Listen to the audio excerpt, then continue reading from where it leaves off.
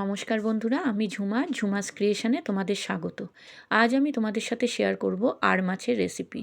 বন্ধুরা, এখানে আমি আর মাছের কালিয়া করেছি, একদম অন্যরকমভাবে করেছি। আর আমি বলবো তোমরাও একবার এইভাবে করো, তোমাদেরও ভালো লাগবে। এই আর মাছের কালিয়া গরম ভাতের সঙ্গে খেতে কিন্তু অসাধারণ লাগে। তাহলে চলো বন্ধুরা, আমি কিভাবে করেছি তোমাদের দেখিয়ে দিই।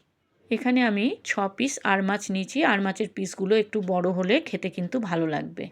তারপর এতে দিলাম 1 চামচ রসুন বাটা, হাফ চামচ আদা বাটা, 1 চামচ কাঁচা লঙ্কা বাটা, হাফ চামচ লঙ্কা গুঁড়ো, হাফ চামচ হলুদ গুঁড়ো, হাফ চামচ ধনে গুঁড়ো, হাফ চামচ জিরে গুঁড়ো,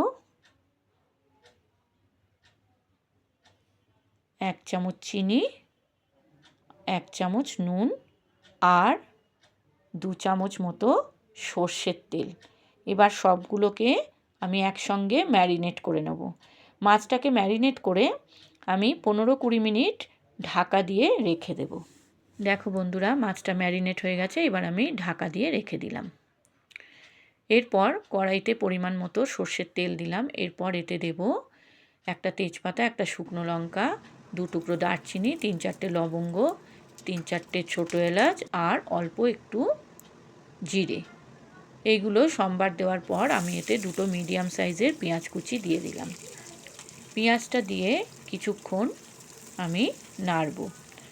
2-3 মিনিট মতো পেঁয়াজটাকে নাড়তে হবে। পেঁয়াজে যখন একটু লালচে রং ধরে যাবে তখন আমি ম্যারিনেট করা মাছটা এতে দিয়ে দেব। পেঁয়াজটা একটু লালচে হয়ে গেছে, তাই এতে এবার মাছটা আমি দিয়ে দিলাম। মাছটা দিয়ে ভালো করে একটু নেড়ে নিতে হবে। তারপর আমি এতে দেবো 2টো মিডিয়াম সাইজের টমেটো।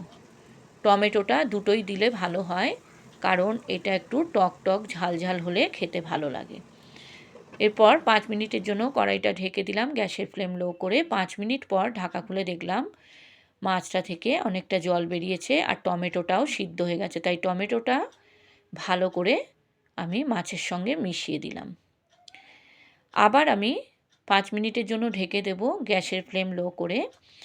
এইভাবে ঢাকা চাপা দিয়ে আমি মাছটা রান্না করব, তাতে মাছটা সিদ্ধও হয়ে যাবে আর মশলার কাঁচা গন্ধটাও চলে যাবে। 5 মিনিট পর আবার ঢাকা খুলে আমি মাছটা নেড়ে দেব।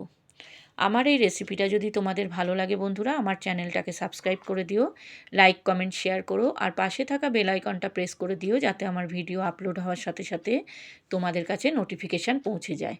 আর পুরনো বন্ধুদের আমার অনেক ভালোবাসা আমার পাশে থাকার জন্য। যারা নতুন আমার চ্যানেলে এই রেসিপিটা দেখছো, তাদের কাছে আমার অনুরোধ, আমার চ্যানেলটাকে সাবস্ক্রাইব করে আমার পাশে থেকে যেও প্লিজ। আমিও কথা দিচ্ছি তোমাদের পাশে থাকবো। দেখো বন্ধুরা, মাছটা কষাতে কষাতে কিন্তু তেল ছেড়ে দিয়েছে। এইবার মাছটা কিন্তু কষানো হয়ে গেছে, মাছটা সিদ্ধ হয়ে গেছে আর মশলার কাঁচা গন্ধটাও চলে গেছে। এইবার আমি এতে দেব মাছটা ম্যারিনেট করে রেখেছিলাম যে বাটিতে, সে বাটিটা 1 কাপ মতো জল দিয়ে ধুয়ে জলটা এতে দিয়ে দিলাম। ভালো করে মাছটা নেড়ে ফুটিয়ে নিতে হবে। এবারে কিন্তু আর আমি কড়াইটা ঢেকে দেব না, কারণ মাছ সিদ্ধ হয়ে গেছে। ভালো করে ফুটিয়ে নিলে যে ঝোলটা আছে সেটা কমে যাবে আর মাছটা একটু গ্রেভি মতো হবে। দেখো বন্ধুরা, আর মাছটা প্রায় হয়ে এসছে। মাছটা কিন্তু একটু ঘনও হয়ে গেছে। এবার আমি এর ওপর দিয়ে দিলাম ধনেপাতা কুচি। আর মাছের কালিয়া প্রায় রেডি। এবার আমি সার্ভ করব। দেখো বন্ধুরা, দেখতে কেমন হয়েছে, লোভনীয় না? খেতেও কিন্তু অসাধারণ হয়েছে। তোমরা একবার হলেও এইভাবে করে দেখো, তোমাদেরও ভালো লাগবে। তোমরা যারা ফেসবুক থেকে আমার এই রেসিপিটা দেখছো, আমার ফেসবুক পেজটাকে ফলো করে দিও। আর যারা ইউটিউব থেকে দেখছো, তারা আমার ইউটিউব চ্যানেলটাকে সাবস্ক্রাইব করে আমার পাশে থেকে যেও প্লিজ। তোমরা ভালো থেকো, সুস্থ থেকো, এইভাবে সবাই সবার পাশে থেকো। ধন্যবাদ বন্ধুরা।